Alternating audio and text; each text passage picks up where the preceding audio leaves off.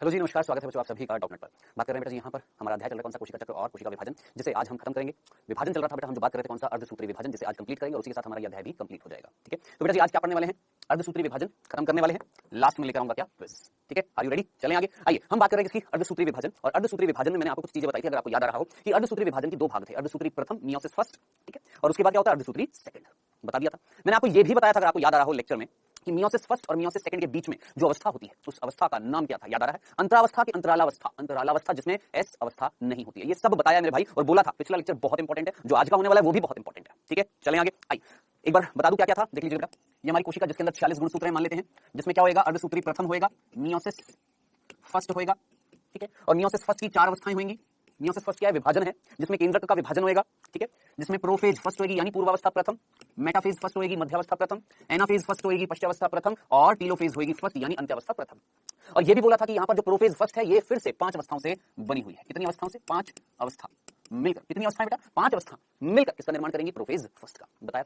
फिर साहब जब हो जाएगा मियोसिस फर्स्ट हो जाएगा, उसके बाद मियोसिस फर्स्ट का मतलब केंद्रक का विभाजन मुख्य रूप से, उसके बाद कोशिका द्रव्य का विभाजन हो जाएगा। भैया हमारे पास 2 पुत्री कोशिकाएं बन जाएंगी, एक में 23 गुणसूत्र, दूसरे में भी 23 गुणसूत्र, यानी गुणसूत्रता हो गई है आधी, हाफ। ठीक है, तो आप बोलेंगे सर यहां से यहां तक मैं अपने गुणसूत्रों की संख्या आधी कर दी है। हम यही तो चाहते थे, हम यही तो चाहते थे, अर्धसूत्री विभाजन में गुणसूत्रों की संख्या आधी करना चाहते थे। ठीक है, चलो कर दी। अब ये कोशिकाएं वापस से क्या होंगी, बड़ी हो गई हैं। चलो जी 23 यहाँ 23 यहाँ, अब ये कौन सी अवस्था में जाएंगी, G1, और उसके बाद S नहीं आएगी, कौन सी आएगी, G2 आएगी। यहां से यहां तक ये जो वृद्धि अवस्था थी इसको हमने बोला था अंतराला अवस्था, इंटरकाइनेसिस। ये मैं आपको बता चुका हूं मेरे भाई, जो बार बार ये पूछ रहे हैं ये क्या है, ये क्या है, मैं पहले बता दूं कि ऑलरेडी मैं आपको बता चुका हूं। अंतरालावस्था एक ऐसी अवस्था, एक ऐसी अंतरावस्था जिसमें एस अवस्था नहीं होगी, बाकी G1 और G2 होगी, उसको हम बोलते हैं अंतरालावस्था, इंटरकाइनेसिस। अब ठीक है, अब इन दोनों कोशिका में होगा मियोसिस सेकंड, और ये मैंने आपको बता दिया मियोसिस सेकंड जो है वो किसके जैसा है, समसूत्री के जैसा। अब मेरे ख्याल से आप में से किसी बच्चे के मन में ये प्रश्न उठेगा, उठा भी होगा, है ना, कि सर जब आप अर्धसूत्री की बात कर रहे हैं तो अर्धसूत्री को आपने करा दिया, गुणसूत्रों की संख्या तो आधी कर दी है, फिर वापस से मियोसिस सेकंड कराने की क्या जरूरत है? पूछेंगे ना कि सर जब हो गई गुणसूत्रों की संख्या आधी हो गई है तो फिर मियोसिस सेकंड क्यों करा रहे हैं, जो माइटोसिस के जैसी है, जो समसूत्री के जैसी, क्यों करा रहे हैं इन दो कोशिकाओं में?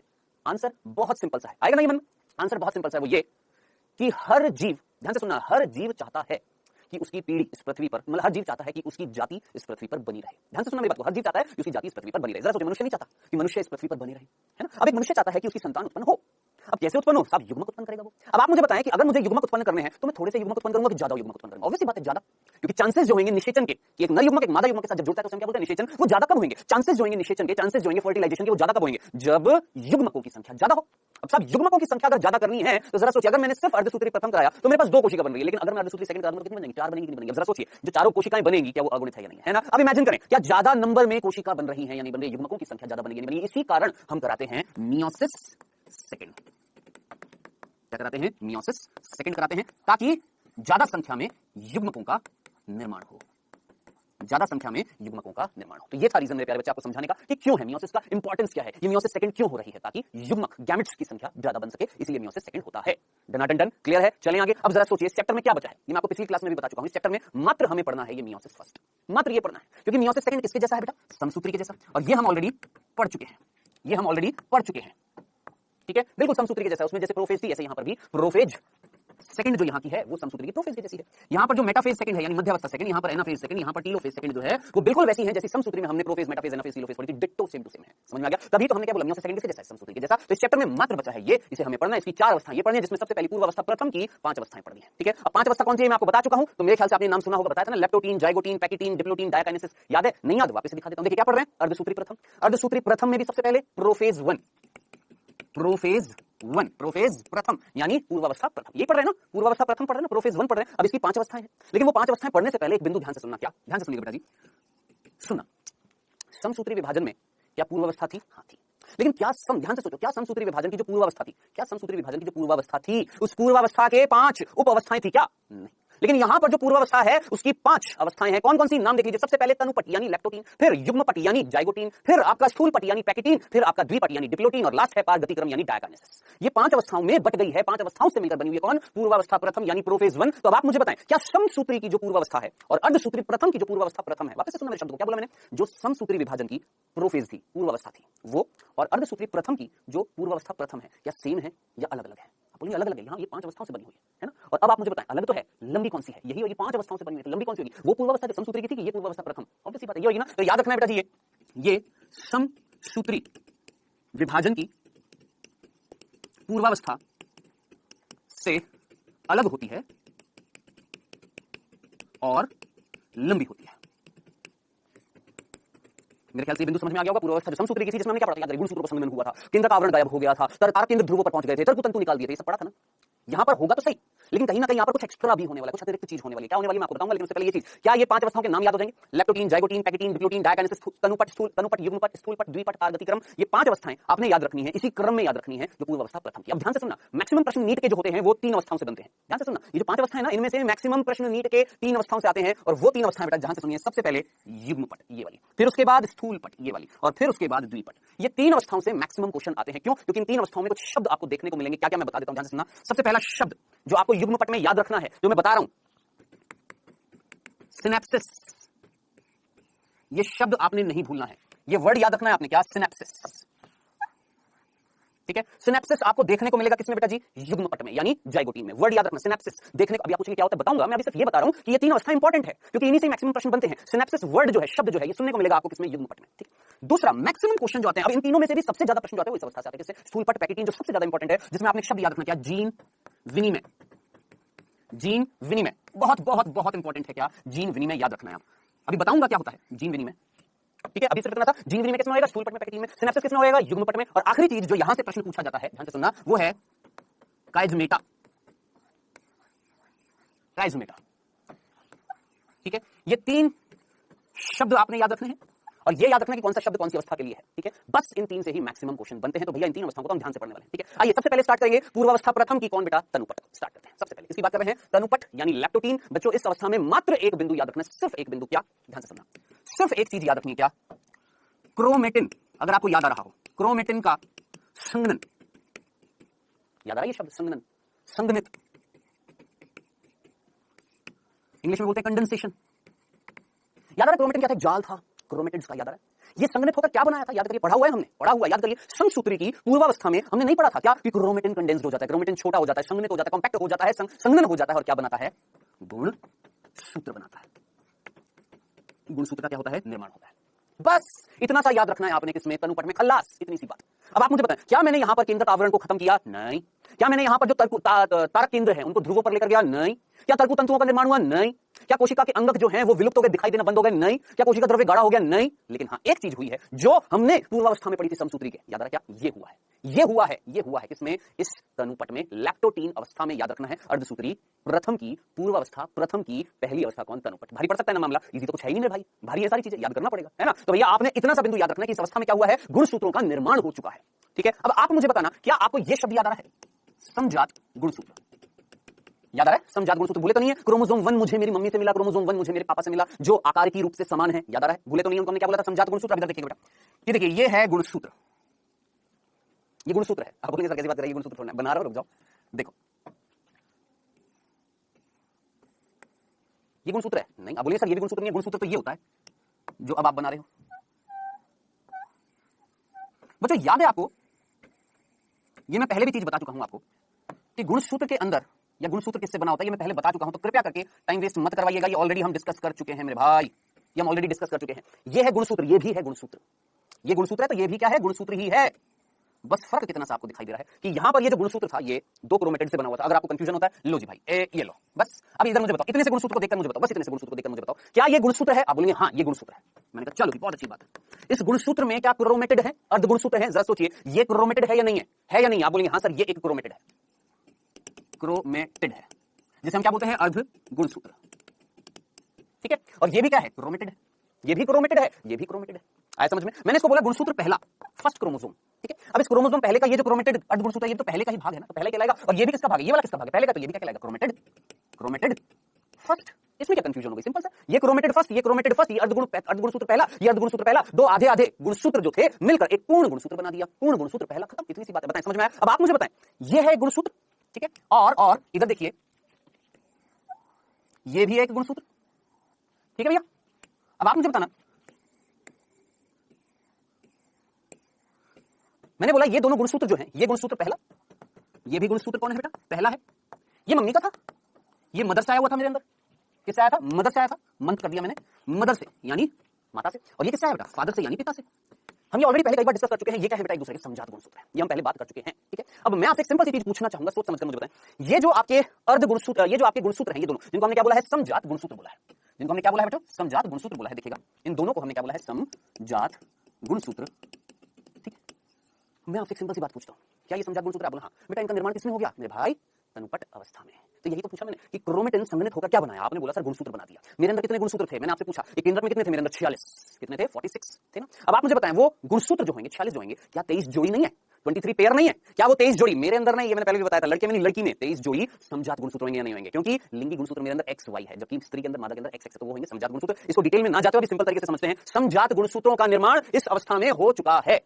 किसका हो चुका है, समजात गुणसूत्रों का निर्माण या सिंपल गुणसूत्रों का निर्माण हो चुका है किसमें, तनुपट में। बस इतनी सी बात बतानी थी कि ये है भैया समजात गुणसूत्र। एक एक्स्ट्रा चीज और मैं बता रहा हूं, एक्स्ट्रा मतलब इसी में ही ध्यान से सुनना बेटा। मुझे बताएं इस गुणसूत्र में कितनी भुजाएं हैं, देखकर मुझे बताएं जरा जल्दी से, इस गुणसूत्र में कितनी भुजाएं, इस गुणसूत्र में कितनी भुजाएं। देखो अब बोलो सर इसमें 4 हैं, अरे भोंदूलाल 4 दिख रही है, ये पूरी एक भुजा है।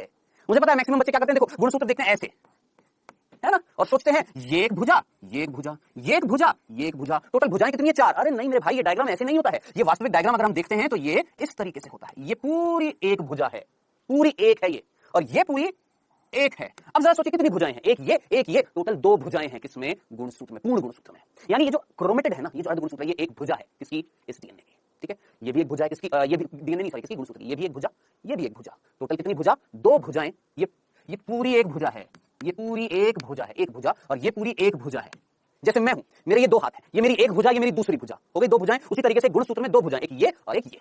समझ में आ गया? अब आप मुझे बताना 2 समजात गुण सूत्र में कितनी भुजाएं हैं टोटल, समजात गुण सूत्रों में टोटल कितनी भुजाएं हैं, 4। एक ये, एक ये, एक ये, एक ये, टोटल कितनी भुजाएं हैं, 4। इतनी सी बात समझ में आ गई? चलें, क्योंकि आगे ना शब्द थोड़ा सा खिलावटी खेलने वाले शब्द हैं, थोड़ा सा कंफ्यूज कर देते हैं, तो समझने की कोशिश करिएगा। इस गुणसूत्र में 2 भुजा, इस गुणसूत्र में 2 भुजा, दोनों है समजात गुणसूत्र। तो समजात गुणसूत्रों का जो जोड़ा होता है उसमें टोटल कितनी भुजाएं होती हैं, 4। ठीक, अब आप मुझे बताना, देखो जैसे मैं हूं और एक मेरा भाई है, मेरी 2 भुजा, और अच्छा ऐसे नहीं, इसको अलग तरीके से, जैसे मैं हूं और एक मेरा भाई है, उसके 2 बच्चे, मेरे 2 बच्चे हैं, मेरी 2 लड़कियां और मेरे भाई की भी 2 लड़कियां। ठीक है, एक मैं हूं, एक मेरा भाई है, मेरी 2 लड़कियां और उसकी 2 लड़कियां। मेरी जो 2 लड़कियां हैं, क्या वो आपस में सिस्टर कहलाएंगी, सिस्टर कहलाएंगी? इसकी मेरे भाई की ये जो 2 लड़कियां हैं, वो आपस में सिस्टर कहलाएंगी या नहीं कहलाएंगी? आप बोलेंगे हाँ सर। इनको मैं क्या बोलूंगा, सिस्टर क्रोमेटेड बोलूंगा, सोचना बोलूंगा। इन दोनों को आपस में क्या बोलूंगा, एक ही गुणसूत्र की 2 हैं बेटियां, बोलूंगा इन दोनों को सिस्टर। चलो जी, सिस्टर क्रोमेटेड। लेकिन अब आप मुझे बताना, मेरी एक बेटी और मेरे भाई की एक बेटी, दोनों पास पास आ गई, क्या वो दोनों सिस्टर हैं? आप बोलेंगे सर वो भी तो सिस्टर है। चलो वैसे हम बोल सकते हैं हाँ, लेकिन क्या वो ब्लड सिस्टर है, खूनी रिश्ता है क्या? नहीं, वो उसकी बेटियां हैं, मेरी ये 2 बेटियां हैं। ठीक है, अब आप मुझे बताना, ये दोनों आपस में सिस्टर हैं, ये दोनों आपस में सिस्टर हैं, लेकिन ये दोनों, ये और ये, अब मुझे बताना क्या मैं इसको सिस्टर बोलूंगा कि नॉन सिस्टर बोलूंगा? अंग्रेजी में बोलेंगे नॉन सिस्टर क्रोमेटेड। अरे भैया रिश्ता थोड़ा ना कर रहे हैं यहाँ पर, सिर्फ समझाने के तौर पर मैं कह रहा था कि मेरी एक लड़की और मेरे एक भाई की एक लड़की, क्या वो दोनों सिस्टर होंगी क्या इस उपलक्ष्य में? नहीं, वो क्या कहलाएंगी, नॉन सिस्टर कहलाएंगी। भाई एक गुणसूत्र है, उसकी ये 2 भुजाएं हैं, आपस में क्या कहलाएंगी, सिस्टर कहलाएंगी। इस गुणसूत्र की ये 2 भुजाएं आपस में क्या कहलाएंगी, सिस्टर कहलाएंगी। लेकिन इस गुणसूत्र की ये भुजा और इस गुणसूत्र की ये भुजा आपस में अगर जुड़ेंगी तो जरा सोचिए मैं क्या बोलूंगा, कौन जुड़ रहा है, सिस्टर क्रोमेटेड जुड़ रहे हैं, ये और ये सिस्टर है क्या? नहीं, ये क्या है, नॉन सिस्टर है। अब आप बोलिए सर हिंदी में क्या बोलते हैं इसको, नॉन सिस्टर को पूछेंगे ना सर, हिंदी में क्या बोलते हैं नॉन सिस्टर को? तो पहले सिस्टर को बता देता हूं, सिस्टर को हिंदी में क्या बोलते हैं बेटा जी, यहां पर ध्यान से सुनना। सिस्टर क्रोमेटेड को हिंदी में बोलेंगे संतति अर्धगुणसूत्र, संतति अर्धगुणसूत्र। जबकि नॉन सिस्टर को, ये जो नॉन सिस्टर है, ठीक है, इनको हिंदी में क्या बोलेंगे, असंतति अर्धगुणसूत्र, असंतति अर्धगुणसूत्र। बताएं क्या ये इतनी सी कहानी जो मैंने अभी बताई है समझ में आई है? सिंपल सा था, एक गुणसूत्र की ये 2 भुजाएं हैं, आपस में एक दूसरे की सिस्टर है। इस गुणसूत्र की ये 2 भुजाएं आपस में एक दूसरे की सिस्टर है, लेकिन ये एक अलग गुणसूत्र है, ये एक अलग गुणसूत्र है, ये मम्मी से आया हुआ, ये पापा से आया हुआ। अब इस पापा से आए हुए गुणसूत्र पहले की ये भुजा और मम्मी से आए हुए इस गुणसूत्र पहले की ये भुजा, ये दोनों आपस में संतति कहलाएंगे क्या? नहीं, ये क्या कहलाएंगी, असंतति अर्धगुणसूत्र कहलाएंगी, नॉन सिस्टर क्रोमेटेड कहलाएंगी। बताएं इतनी सी बात समझ में आ गई है? चलें ये बताना जरूरी था, क्यों? क्योंकि अब आने वाली है, मैंने बोला था ना 5 अवस्थाओं में से कौन सी 3 सबसे इंपॉर्टेंट है, याद आ रहा है? सबसे पहले तो इसकी बात करते हैं, जो पहले इंपॉर्टेंट है कौन, युग्मपट, जाइगोटीन। प्रभु जरा सोच समझकर मुझे बताएं, यहां पर शब्द आ रहा है युग्म, युग्म वर्ड किससे आया होगा, युगल से। और युगल का मतलब क्या होता है, जोड़ा, पेयर होता है ना। अब आपने से कईयों ने पूछा आपने सर युगली क्या है, सर ये युगली क्या है, सर युगली पूछा ना, तो मैंने कहा था आएगा तो बताऊंगा। अब सुनना, अब आने वाला है युगली। ठीक है, एक युगली वर्ड है और एक चतुष्क वर्ड है, ये 2 शब्द हैं। ठीक है, चतुष्क को बोलते हैं इंग्लिश में टेट्राड और युगली को बोलते हैं बाइवेलेंट। अब साहब इन शब्दों का मीनिंग क्या है, आइए समझते हैं, बड़े प्यार से समझाऊंगा, आराम से समझ में आ जाएगा। देखिएगा मेरे भाई, ध्यान से देखिएगा। देखिए ये मैं एक काले रंग का गुणसूत्र दिखा रहा हूं आपको, काले रंग का, कौन, क्रोमोसोम। इतना तो समझ में आ जाएगा ना, इंग्लिश में लिख रहा हूं क्रोमोसोम 1, मान लो मम्मी का। ठीक है, और दूसरा मैं दिखा रहा हूं लाल रंग का। ठीक है, ये भी है क्रोमोसोम 1 लेकिन पापा का। बताएं समझाते हैं या नहीं? आप बोलिए हाँ सर बिल्कुल समझाते हैं। मैंने कहा चलो जी बहुत अच्छी बात है। ठीक है, हर चीज परफेक्ट चाहिए, लो जी हर चीज परफेक्ट, अंदर डीएनए भी बना दिया। ठीक है चले आगे। हाँ थोड़ा सा ये नीचे हो गया, इतना थोड़ा सा समझ लेना, ये थोड़ा सा नीचे हो गया, बराबर होगा लगभग। आप बोलेंगे नहीं सर बनाओ, लो जी भैया बना देता हूं, ये लो बस।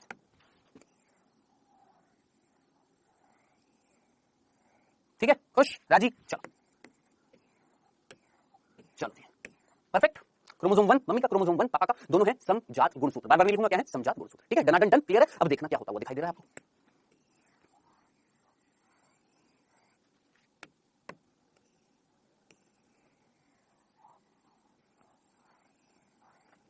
जरा सोच समझकर मुझे बस इतनी सी बात बता दो, क्या आपको दो समजात गुणसूत्रों की असंतति अर्ध गुणसूत्र आपस में जुड़ते हुए दिखाई दे रहे हैं? आपने बोला क्या? वापस से सुनना, देखो उधर, ये दो समजात गुणसूत्र, इस गुणसूत्र की ये दोनों भुजाएं संतति, इस गुणसूत्र की ये दोनों भुजाएं संतति। ठीक, लेकिन ये इस गुणसूत्र की ये और इस गुणसूत्र की ये दोनों आपस में कैसे थी? असंतति थी।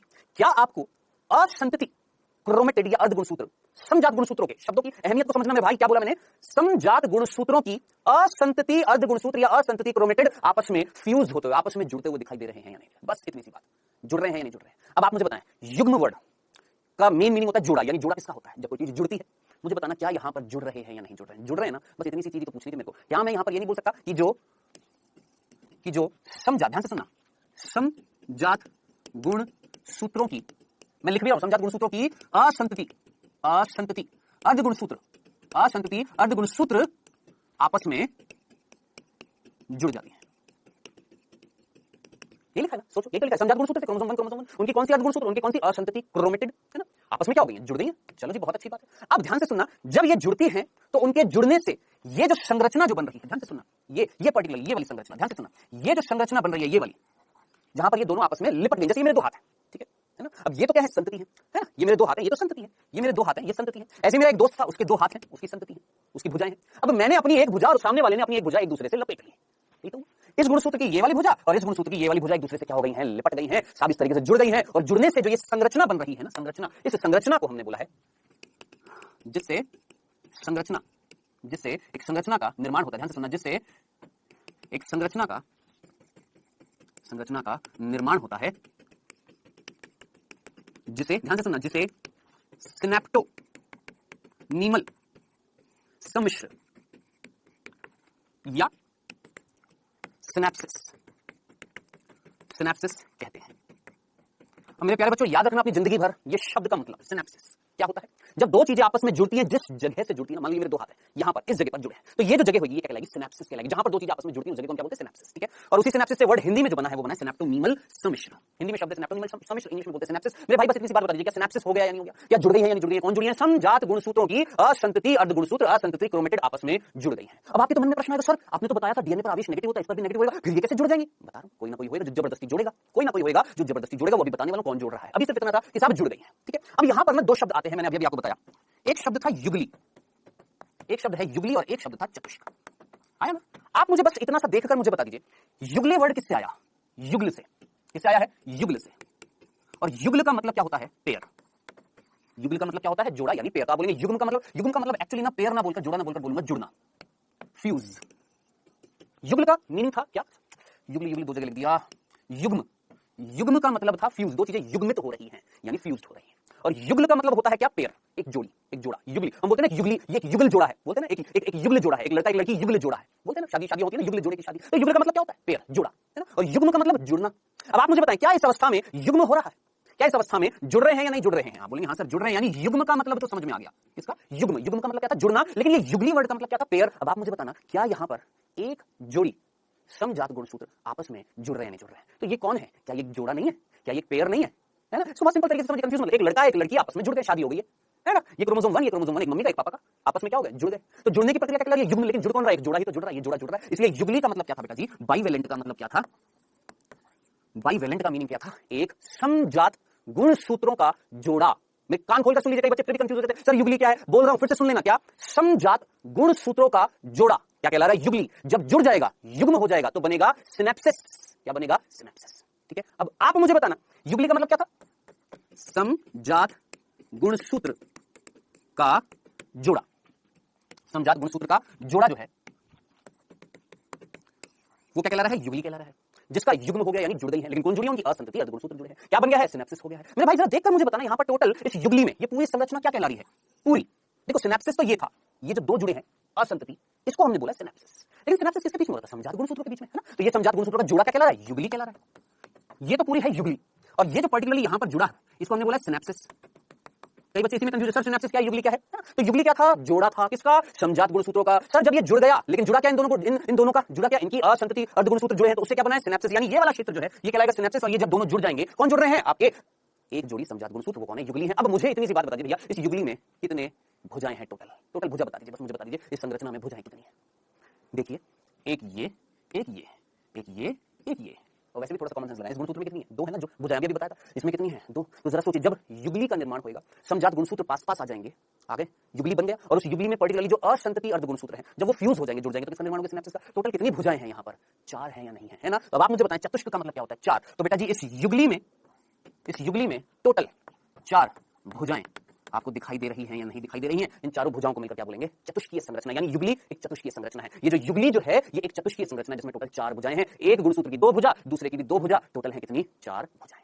आया समझ में? कंफ्यूजन तो नहीं था? चलें आगे, आई होप समझ में आ गया होगा। ठीक है, तो बेटा जी फाइनली मेरे ख्याल से चतुष्क जिसको हमने बोला टेट्राड आ गया होगा। अब एक और डाउट आता है, कई बच्चे ये भी पूछते हैं सर डायाड क्या पूछते हैं? सर अंग्रेजी में एक शब्द है डायाड। बेटा टेट्राड वर्ड में टेट्रा का मतलब 4, डायाड वर्ड में डी वर्ड आ रहा है, डाया, डाई का मतलब क्या होगा? 2। आप मुझे बस इतनी सी बात बता दीजिए, एक गुणसूत्र में कितनी भुजाएं हैं? 2। ये मिलकर क्या कहला रहा है? डायाड। 2 भुजाएं मिलकर डायाड, ये 2 भुजाएं मिलकर डायाड, है ना? अब जरा सोचिए, ये डायाड मिलकर क्या हो गया? टेट्राड।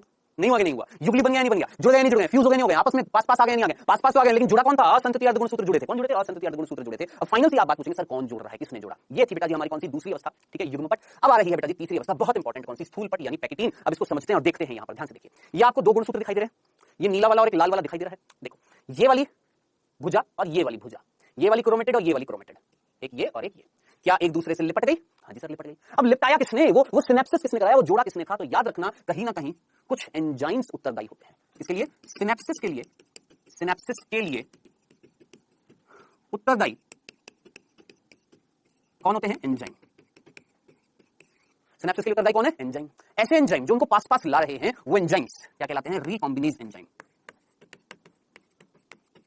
क्या बोला? Recombinase enzyme. तो इतनी सी बात आपको समझ में आई? प्रश्न आया था ना कि सर डीएनए पर तो आवेश नेगेटिव होता है ना, सर उनकी तो भुजाएं 2 क्रोमेटेड की भुजाएं तो दूर दूर होती हैं, सर फिर 2 असंतति को पास पास कौन लाया? लिख दिया मैंने। क्या? सिनेप्सिस करने के लिए उत्तरदायी कौन थे? एंजाइम। उन एंजाइमों का नाम है रिकॉम्बिनेज एंजाइम।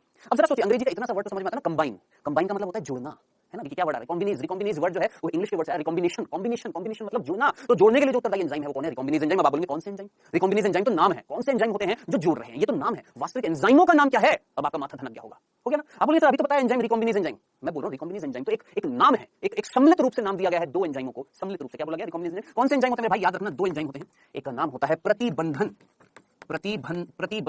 और एक होता है लाइगेज। एक होता है प्रतिबंधन एंडो न्यूक्लिएज और दूसरा है बच्चों याद रखना है आपने कौन सा? लाइगेज। ये 2 एंजाइम आपने जिंदगी भर नहीं भूलने हैं। ये 2 एंजाइम मिलकर क्या कहला रहे हैं? Recombinase enzyme. सुनना, यही क्या कर रहे थे? पास पास ला रहे थे। ठीक है, अब जरा सोचिए, ये दोनों पास पास लाए जा रहे हैं, कौन ला रहा है इनको? एंजाइम ला रहा है। अभी देखना, ध्यान से देखना। देखो मान लो ये एक भुजा थी और ये दूसरी भुजा है, ठीक है, और ये एक भुजा है, थोड़ी सी पास बनाते हैं,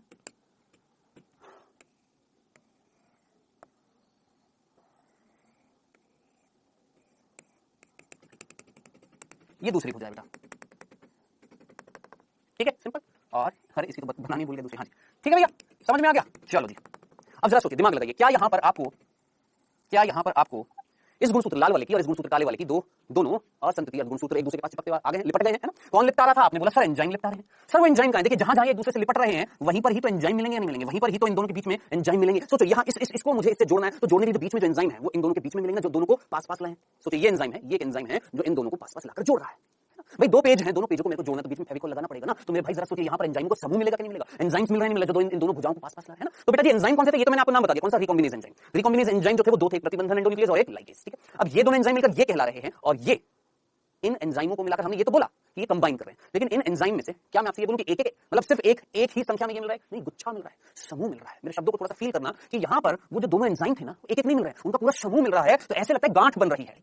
क्या बोलते हैं? ऐसे लगता है जैसे यहाँ पर ना गांठ बन रही है। गांठ बन रही है किसकी? उन दोनों एंजाइमों की। यहाँ पर क्या बन रही है? गांठ बन रही है बच्चों। इस गांठ को हम बोलते हैं पुनर्योजन ग्रंथिका। क्या नाम देते हैं? पुनर्योजन ग्रंथि का। अब प्यारे बच्चों सोच समझकर मुझे बताएं, ग्रंथि का मतलब एक ऐसी संरचना, ग्रंथि रूपी संरचना, गांठ है जिस जो बनी पड़ी है किससे? एंजाइमों से। और ये एंजाइम यहां पर मिल रहे हैं, यहां पर भी मिल रहे हैं। इस ग्रंथिका में क्या मिल रहे हैं? दो एंजाइम मिल रहे हैं। और वो एंजाइम कौन कौन से? एक मैंने आपको बता दिया प्रतिबंधन एंडोन्यूक्लिएज, और एक था क्या? लाइगेज। ये बताया ना, ये दो एंजाइमों का जो समूह है उसको मिलाकर हम बोलते हैं क्या? रिकॉम्बिनेज एंजाइम बोला था ना, जो कंबाइन कर रहे हैं। कंबाइन तो कर दिया, लेकिन खुद भी तो यहां पर गुच्छे के रूप में मिल रहे थे या नहीं मिल रहे थे? तो जो संरचना ये बन रही थी ना यहां पर, इसको हमने नाम दिया है क्या? पुनर्योजन ग्रंथि का। तो कंफ्यूज तो नहीं हुए ना? पक्का एक बार रिपीट कर दूं वापस से सुनो। देखो बेटा, ये इस गुणसूत्र की ये काली वाली भुजा, इस गुणसूत्र की ये लाल वाली भुजा एक दूसरे से लिपट गई है। किसने लिपटाया? सर इन दोनों एंजाइमों ने। अब लिपटाया है, जोड़ा है, इस कारण हमने इन दोनों को नाम दिया रिकॉम्बिनेज एंजाइम। क्या खत्म? अब हमने बोला सर ये एंजाइम जो है एक समूह के रूप में यहां पर मिल रहे हैं। अब जब समूह के रूप में मिलेंगे तो ऐसा लगेगा जैसे यहां पर एक ग्रंथि का ये गांठ सी बन गई है, उसको हमने नाम दिया पुनर्योजन ग्रंथि का या पुनर्योजन गांठ। ठीक है, समझ में आ गया? अब पर्टिकुलरली ना ये वर्ड जो है ना पुनर्योजन, इसका मतलब क्या है आप पूछेंगे ना? अब इधर देखना, ध्यान से देखना क्या होने वाला है, समझना। देखिएगा इस डायग्राम को देखिएगा, और जो अब मैं डायग्राम आपको दिखा रहा हूं उसको बस इतना सा देखना। ये नीली वाली थी और ये लाल वाली थी। क्या यहां पर एक्सचेंज होता हुआ दिखाई दे रहा है दोनों के बीच में? जरा सोचिए। नीली वाली भुजा के पास कुछ लाल वाली का भाग आ गया, और लाल वाली भुजा के पास कुछ नीली वाली का भाग आ गया। क्या दो, मेरे शब्द को ध्यान से सुनना, क्या दो असंतति अर्धगुणसूत्रों के बीच में, असंतति अर्धगुणसूत्रों के बीच में एक्सचेंज हुआ है या नहीं हुआ? बस इतनी सी बात। हुआ कि नहीं हुआ? दिख रहा है कि नहीं दिख रहा? नीली वाली भुजा के पास लाल वाली का भाग आ गया और लाल वाली के पास नीली वाली का भाग आ गया। एक्सचेंज नहीं दिख रहा है? दिख रहा है ना? तो सोच समझकर मुझे बताएं मेरे भाई, सोच समझकर मुझे बताएं, क्या यहां पर ये जो एक्सचेंज जो कराया जा रहा है, अब आप बोलेंगे ये कौन कराएगा? चलो इन ग्रंथिकाओं ने इनको पास तो ले आइए, ये एंजाइम पास तो ले आए। अब आगे हमें ना क्या करना है? इन दोनों असंतति अर्धगुणसूत्रों के बीच में एक्सचेंज करना है, इनके भागों को बदलना है, आदान प्रदान करना है। सर ये कौन करेगा? तो ध्यान से सुनना, ये एंजाइम क्या करने वाला है? सबसे पहले ध्यान से सुनना, ये इस लाल वाली भुजा का इतना सा भाग काटेगा और इस काली वाली भुजा का भी कुछ भाग काटेगा। यानी इसने क्या किया? काटा, उस गुणसूत्र का कुछ भाग काटा, लाल वाली भुजा का कुछ भाग काटा, इस काली वाली भुजा का कुछ भाग काटा। यानी काटने का कार्य किसका? भुजाओं को काटने का कार्य किसका था? इसका। अब काटने के बाद क्या करेगा? ये आदान प्रदान भी करेगा। देखिए डबल काम कर रहा है, काट तो रही है, साथ ही साथ आदान प्रदान भी कर दिया। ठीक है, अब जरा सोचिए, लाल वाली का कुछ भाग काली वाली के पास आ गया, काली वाली का कुछ भाग लाल वाली के पास आ तो गया, लेकिन उनको जोड़ने का काम कौन करेगा? तो बेटा जी जोड़ने का कार्य कौन कर रहा है? लाइगेज। तो सिंपल सी तो बात है। जरा सोचिए, ये दो भुजाएं दिख रही हैं। एक बात मुझे बताइए, इस भुजा का कुछ भाग मुझे यहां पर ऐड करना है, यहां से काटकर यहां लाना और यहां लाकर जोड़ना है। सिमिलरली इस भुजा का कुछ भाग यहां से काटकर इस भुजा के पास लाना और इसमें जोड़ना है। तो सबसे पहले दोनों भुजाओं के कुछ भागों को काटूंगा। इसने काटा, काटने के बाद यहां से भी काटा, यहां से भी काटा, कटने के बाद एक्सचेंज भी कर दिया। इसका कुछ भाग यहां ले आया, इसका कुछ भाग यहां ले आया। अब वो जो भाग यहां से यहां आया उसको इससे जोड़ूंगा और इसका कुछ भाग यहां पर आया उसको इससे जोड़ूंगा। जोड़ने का काम कौन कर रहा है? लाइगेज। ये लो जी, खत्म खत्म काम खत्म। तो हमने क्या किया? जरा सोच समझकर मुझे बताएं, क्या एक्सचेंज कर दिया? क्या आदान प्रदान कर दिया? असंतति अर्धगुणसूत्रों के बीच में एक्सचेंज हुआ है या नहीं हुआ? डीएनए का। क्योंकि अंदर क्या मिल रहा है? डीएनए मिल रहा है या नहीं मिल रहा? मिल रहा है ना? तो इस प्रक्रिया को बोला जाता है जीन विनिमय। जीन विनिमय। तो जीन विनिमय मेरे भाई क्या था? बहुत सिंपल सी प्रक्रिया जिसको हम इंग्लिश में बोलते हैं क्रॉसिंग ओवर। याद रखना क्या नाम देते हैं? Crossing over. क्या? असंतति अर्धगुणसूत्र, असंतति अर्धगुणसूत्रों के बीच, असंतति अर्धगुणसूत्रों के बीच डीएनए का आदान प्रदान क्या कहलाता है? क्रॉसिंग ओवर या जीन विनिमय। बताओ मेरे प्यारे बच्चों, इतनी सी बात आपको समझ में आ गई है? कंफ्यूजन, कोई दिक्कत? चलें आगे। ये खत्म हुआ है मेरे भाई। क्या? ये थी हमारी कौन सी? याद रखना कौन सी बेटा? स्थूलपट। यानी ये थी हमारी कौन सी? जरा सोचिए, क्या? पैकेटीन, जहां पर एक्सचेंज करा दिया है समजात गुणसूत्रों की असंतति अर्धगुणसूत्र के बीच में करा दिया है। क्या? एक्सचेंज करा दिया ना। अब थोड़ा सा कॉमन सेंस लगाइएगा, थोड़ा सा कॉमन सेंस लगाइए। देख लीजिए यहाँ पर, ये देखिए, ये समजात गुणसूत्र, इसकी ये भुजा असंतति हो गया, असंतति जो थी इनके बीच में आदान प्रदान हो गया। अब आप मुझे बताएंगे, जब आदान प्रदान हो गया तो सोचिए इस गुणसूत्र में कुछ नए लक्षण आए हैं। सोचिए ये गुणसूत्र में, ये वाला जो नीले वाला था, इसमें कुछ नया लक्षण आया, लाल रंग वाला भाग अगर आ गया तो इस गुणसूत्र में नई इंफॉर्मेशन आई। सोचिए ये जो लाल वाला था, इसमें अगर नीला वाला आ गया तो इसमें भी बदलाव आया या नहीं? बस मैं इतने सा वर्ड सुनना चाहता हूं आपसे, क्या बदलाव आ रहा है या नहीं आ रहा? इस गुणसूत्र में, इस गुणसूत्र में आ रहा है या नहीं आ रहा? बदलाव आ रहा है ना? तो आप मुझे बताएं, क्या मैं ये बोल सकता हूं कि जीन विनिमय के कारण विभिन्नता, बताएं विभिन्नता आती है या नहीं आती? बस इतना सा जरा सोचिए, क्या विभिन्नता उत्पन्न होती है या नहीं होती है जीन विनिमय? अरे भैया एक्सचेंज हो रहा है, नहीं हो रहा? क्या एक्सचेंज हो रहा है? तो डेफिनेटली क्या होगी? यहां पर विभिन्नता आएगी इस गुण। देखो ये पहले पूरा का पूरा नीला था, अब इसके अंदर लाल वाला भाग आ गया, चेंज नहीं आया, परिवर्तन नहीं आया, विभिन्नता नहीं आई। ये पहले पूरा का पूरा लाल था, इसमें नीला भाग आ गया, विभिन्नता नहीं आई, बिल्कुल आई। तो यही तो बोला, जीन विनिमय के कारण क्या आ रही है? विभिन्नताएं आ रही हैं, चेंजेस आ रहे हैं। बस इतनी सी बात समझ में आ गई है? याद रखना। अब इसके बाद जो अवस्था आ रही है कौन सी? द्विपट। अब इसमें क्या होने वाला है? बहुत सिंपल तरीके से समझना मेरे भाई, देखिएगा, ध्यान से देखिएगा। ये आपको यहां पर गुणसूत्र दिखाई दे रहा है और ये वाला देखिए, ये भी दिखाई दे रहा है।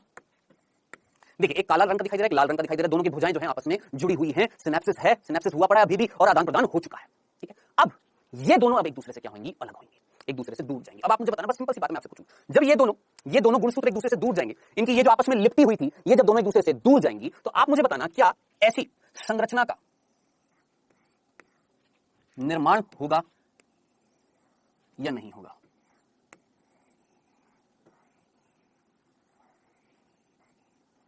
बस इतनी सी बात मैं पूछ रहा हूं, क्या ऐसी संरचना का निर्माण होगा या नहीं होगा? दिमाग लगाए, होगा या नहीं होगा? जब जरा सोचिए, ये दोनों एक दूसरे से दूर दूर जाएंगे, खुलेंगे ना, ये धागे एक दूसरे से दूर दूर जाएंगे, खुलेंगे, जैसे चैन होती है ना, चैन खुलती है ना, उसी तरीके से ये जब दूर दूर जाएंगे और दूर जाएंगे, देखिए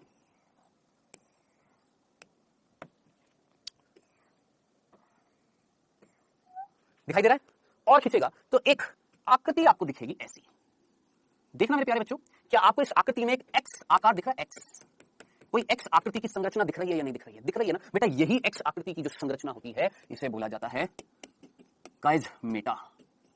याद रखना, इसी को क्या बोला जाता है? काइजमेटा। और ये ना आप खुद कर देख सकते हैं, कैसे करेंगे मैं आपको बताता हूं। आप दो धागे लीजिएगा, दो धागे लीजिएगा, दो धागे, ये दो धागे लीजिएगा और दोनों को बिल्कुल ऐसे ऐसे करके, कैसे कैसे, देखो एक सेकंड रुको मैं बताता हूं, मेरे पास है नहीं तो मैं आपको करके दिखाता। दो धागे लीजिएगा और दोनों को इस तरीके से करना, दोनों बिल्कुल लिपट जाए, कुंडलित हो जाए, ठीक है। फिर उन दोनों को ना, उन दोनों को खींचना, जब आप खींचेंगे, उन दोनों को अलग करेंगे ना, तो इस तरीके से एक एक्स आकृति की क्या बनेगी? रचना दिखाई देगी, बनेगी, दिखेगी। उसी को बेटा हमने बोला है काइजमेटा। तो काइजमेटा कब बन रही है, कब दिखाई देगी? सीधा सीधा द्विपट अवस्था खत्म, खत्म। तो अब आप मुझे बताएं, द्विपट अवस्था में क्या हुआ? सोच समझ कर मुझे बताएं, द्विपट अवस्था में आपको क्या दिखाई दिया? आप सीधा बोलेंगे सर, द्विपट अवस्था में यानी डिप्लोटीन में सिनेप्सिस खत्म होना प्रारंभ करता है, या सिनेप्सिस खत्म होता है। और जब सिनेप्सिस का मतलब जुड़ रहे थे, सिनेप्सिस अगर खत्म हो गया तो अलग हो रहे होंगे। सोचिए ये देखो, ये मेरे हाथ है, ठीक है। अब जरा सोचिए, ये दो धागे हैं, यूं सिनेप्सिस हुआ पड़ा है। अब जरा सोचिए, ये जब अलग होंगे, खुलेंगे, ऐसे जाएंगे या नहीं जाएंगे?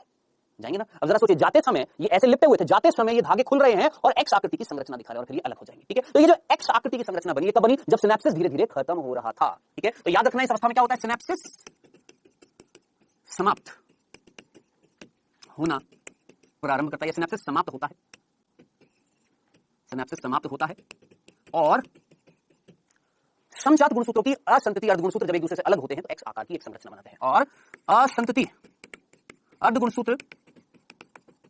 अर्धगुणसूत्र एक्स आकार की संरचना बनाते हैं, जिसे, हाँ जी, क्या बोला है? काइजमेटा, जिसे काइजमेटा कहते हैं। बस इतनी सी थी बात, ये है काइजमेटा। अब सीधी सी बात है, ये बिल्कुल एक दूसरे से क्या हो जाएंगे? अलग, सिनेप्सिस हो जाएगा, पूरा खत्म, ठीक है। अब आखिरी अवस्था आएगी, कौन सी बेटा जी? आपकी पारगतिक्रम। अब ये सोचना, क्या ये हमारी पूर्वावस्था प्रथम की आखिरी अवस्था है कि नहीं है ना? समजात गुणसूत्र एक दूसरे से अलग हो गए। कौन अलग हो गए हैं? समजात गुणसूत्र अलग हो गए, ठीक है। अब देखना वो चीजें जो हमने समसूत्र की पूर्वावस्था में पढ़ी, क्या क्या होने वाली। देखिए, केंद्रक आवरण समाप्त, खत्म हो जाएगा, जो याद करिए वहां पर हुआ। तारक केंद्र ध्रुवों पर पहुंच जाते हैं। उन ध्रुवों पर पहुंच गए तारक केंद्र, और क्या निकालना स्टार्ट कर दिया होगा? तरकु तंतु, ठीक है भैया। और जरा सोचिए, केंद्र का आवरण धीरे धीरे खत्म हो जाएगा, और जरा सोचिए और क्या होगा। यहां पर लिख देता हूं, कितने बिंदु हैं? 3। चौथा, कोशिका द्रव्य गाढ़ा। कोशिका द्रव्य कैसा हो जाएगा बेटा? गाढ़ा हो जाएगा, ठीक है। और कोशिकांग दिखाई नहीं देंगे।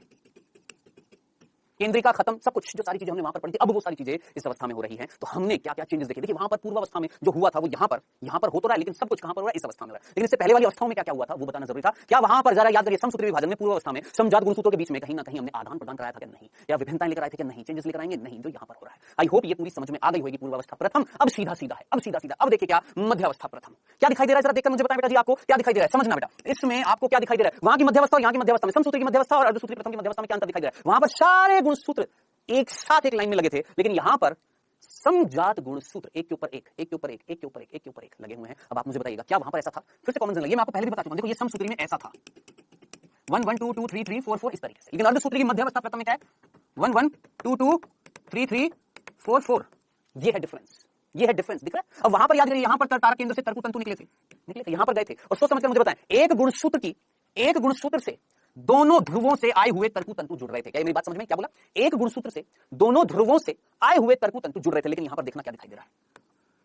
बताएं, दिखा डिफरेंस?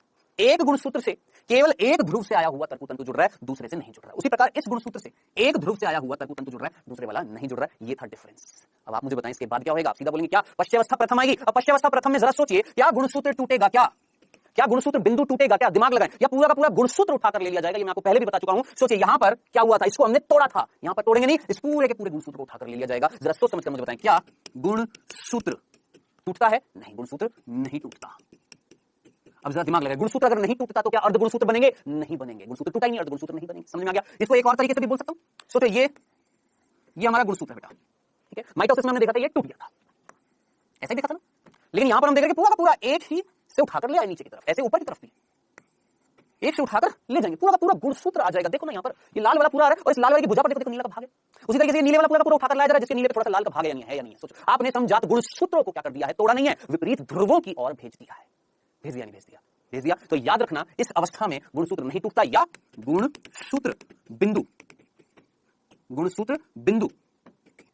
नहीं टूटता। अब जिनको ये समझ में नहीं आया गुणसूत्र बिंदु नहीं टूटता, जरा देखिए ये वाली जो जगह थी गुणसूत्र बिंदु ही तो था। आप मुझे बताया अगर इसको मैं यूं का यूं उठा कर लिया तो क्या गुणसूत्र बिंदु टूटा? नहीं। लेकिन यहां पर जरा सोचिए, इसको मैंने जब तोड़ा, ये आपका गुणसूत्र बिंदु टूट गया नहीं टूट गया? आधा गुणसूत्र गिरा, आधा गुणसूत्र गिरा। अरे भैया सीधी सी बात है, गुणसूत्र को तोड़ोगे नहीं तो गुणसूत्र बिंदु भी नहीं टूटेगा। लेकिन अगर आप गुणसूत्र को तोड़ दोगे तभी तो अर्ध गुणसूत्र बनेगा, तभी तो गुणसूत्र बिंदु टूटेगा। तो हम यहां पर ऐसे भी बोल सकते हैं गुणसूत्र नहीं टूटता या गुणसूत्र बिंदु नहीं टूटता, है ना? सीधा सीधा बोला समजात गुणसूत्र विपरीत ध्रुवों की ओर पहुंच जाते हैं। और आखिरी अवस्था अंत्यावस्था प्रथम, भैया पहुंच गए हैं कौन? समजात गुणसूत्र पहुंच गए। एक समजात गुणसूत्र इधर आ गया, एक समजात गुणसूत्र इधर चला गया। अब सोचिए क्रोमोसोम 1 है यहाँ पर। अब यहाँ पर इस जगह पर ये जो नई कोशिका बनने वाली है इसमें क्रोमोसोम 1 है, मम्मी का यहाँ पर है 1 पापा का। लेकिन जरा सोचिए जो कोशिका जिसमें विभाजन हुआ था उस कोशिका में गुणसूत्र 1 मम्मी का भी था और पापा का भी था। जरा सोचिए गुणसूत्रों की संख्या आधी हो गई है नहीं, संख्या आधी हो गई है नहीं होगी, सोचिए समझ में? तो बेटा अंत्यावस्था प्रथम में क्या होगा ये आप जानते हैं, सेम टू सेम समसूत्र की जैसे होगी। क्या? जरा सोचिए केंद्र का आवरण वापस से आ जाएगा, कोशिका द्रव्य में कोशिकांग दिखना वापस से स्टार्ट हो जाएंगे, गुणसूत्र जो यहाँ पर पहुंचे हैं वो अपनी वो खत्म कर देंगे, वो गुणसूत्र नहीं दिखाई देंगे, वो वापस से फैल जाएंगे क्रोमेटिन। यानी जो वहां पर पड़ा था ना सेम टू सेम यहाँ पर है। यानी अगर आपसे कुछ पूछा जाए कि समसूत्री विभाजन की कौन सी अवस्था अर्धसूत्री प्रथम की जैसी होती है तो आप बोलेंगे सर अंत्यावस्था प्रथम यहाँ की और अंत्यावस्था वहां की सेम टू सेम। बस फर्क इतना सा है, इस अंत्यावस्था में केंद्रक आवरण जो बन रहा है वो किसके ऊपर बन रहा है? अर्ध गुणसूत्र के पूर्ण गुणसूत्र।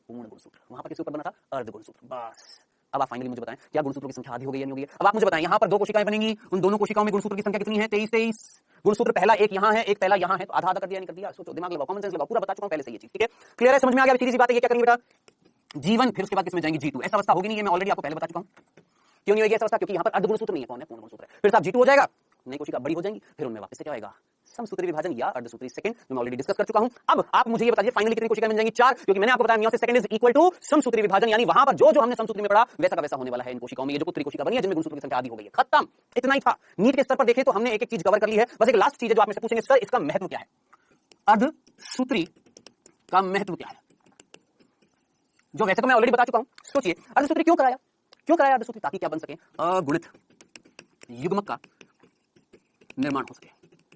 किसका निर्माण हो सके? अगुणित युग्मक का। क्यों करेंगे निर्माण? क्यों करेंगे? जरा सोचिए, जब 2 अगुणित युग्मक जुड़ेंगे तभी तो द्विगुणित जीव बनेगा या नहीं बनेगा? समझ में आया? तो द्विगुणित जीव बनाने के लिए एक द्विगुणित कोशिका में अर्धसूत्री विभाजन करेंगे तभी तो अगुणित कोशिका बनेगी, फिर वो अगुणित जुड़ेंगी, फिर द्विगुणित बनेगा। तो याद रखना क्या कि अगुणित युग्मक का निर्माण करने के लिए हम कराते हैं अर्धसूत्री विभाजन। और दूसरी चीज जरा सोच समझ कर मुझे बताएं, क्या इस अर्धसूत्री विभाजन के कारण विभिन्नताएं आएंगी? सोचो, क्या विभिन्नता आएगी या नहीं आएगी? कौन सी अवस्था थी जिसके कारण विभिन्नता आई थी? दिमाग लगाओ, कौन सी अवस्था थी जिसमें विभिन्नता आ रही थी? कौन सी अवस्था थी जिसमें आदान प्रदान हो रहा था? वही जो चीज थी वही सबसे इंपॉर्टेंट थी जो विभिन्नता ला रही थी। याद करिए कौन सी? स्थूल पट यानी पैकाइटिन, जिसमें हो रहा था क्रॉसिंग ओवर जीन विनिमय। समझ में आया? तो 2 मेन चीजें हैं, अगुणिता लाने के लिए, विभिन्नता लाने के लिए क्या कराते हैं? अर्धसूत्री विभाजन। ये सिंपल सी चीज है, इसको सिंपल रहने दीजिएगा, कॉम्प्लेक्स जटिल मत बनाइएगा, सिंपल तरीके से सिंपल चीज को समझना, खत्म। समझ में आया? तो बेटा जी आज हमने क्या पढ़ा? आज हमने कंप्लीट किया है हमारा अध्याय, है ना? अर्धसूत्री विभाजन पूरा कंप्लीट किया है, सारी चीजें हो गई हमारी कंप्लीट। अब समय हो रहा है किस चीज का? भैया आपके क्विज का। पहला प्रश्न बेटा जी आपकी स्क्रीन पर आता हुआ फर्स्ट, जीन विनिमय किस अवस्था में होता है? सोच समझकर मुझे बताएं, जीन विनिमय किस अवस्था में होता है? तनुपट, युग्मपट, स्थूलपट, द्विपट?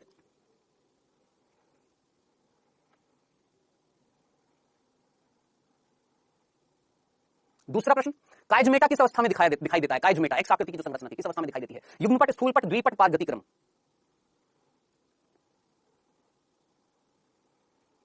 चलिए समय हुआ समाप्त, आइए डिस्कस करते हैं बेटा। पहला प्रश्न था जीन विनिमय, बताया मैंने आपको, अभी भी बताया जीन विनिमय किसमें हो रहा था? सिंपल, कौन? पैकिटीन यानी स्थूलपट। इस अवस्था में क्या हो रहा था? जीन्स का यानी डीएनए का आदान प्रदान। डीएनए का एक छोटा सा भाग क्या कहलाता है? याद रखना, जीन। ये जो डीएनए होता है ना, जो गुणसूत्र में मिल रहा था, इसका छोटा सा भाग क्या कहलाता है? जीन कहलाता है। जरा सोचिए, डीएनए के भाग को काटकर, या गुणसूत्र में ही तो मिल रहा था ये डीएनए, इसको अगर आप काट के यहां से यहां ले गए तो किसको लेकर जा रहे हो? जीन को तो लेकर जा रहे हो, डीएनए को तो लेकर जा रहे हो, गुणसूत्र के भाग को तो लेकर जा रहे हो, आदान प्रदान करा रहे हो, तो क्या कहलाएगा? जीन विनिमय। तो कहां पर हो रहा है जीन विनिमय? स्थूलपट में, पैकिटीन में। हां जी, एक्स आकृति की संरचना कौन? काइजमेटा। कहां दिखाई दी थी? जहां जीन विनिमय हुआ था उसके बाद समजात गुणसूत्र एक दूसरे से अलग होंगे, जब अलग होंगे तो उनकी असंतति अर्ध गुणसूत्र जो थे एक्स आकृति की संरचना दिखाएंगे, तो किसमें होगा? जरा सोचिए, स्थूलपट के बाद क्या आता है? द्विपट। आंसर क्या हो जाएगा? द्विपट। बताएं, समझ में आया नहीं आया? तो ये था बेटा जी आज का लेक्चर और ये खत्म हुआ है हमारा ये अध्याय। होमवर्क मिलेगा नीचे होमवर्क सेक्शन में। अब नेक्स्ट क्लास में हम पढ़ने वाले हैं क्या बेटा जी? नेक्स्ट क्लास में स्टार्ट होगी क्या? मानव शरीर विज्ञान।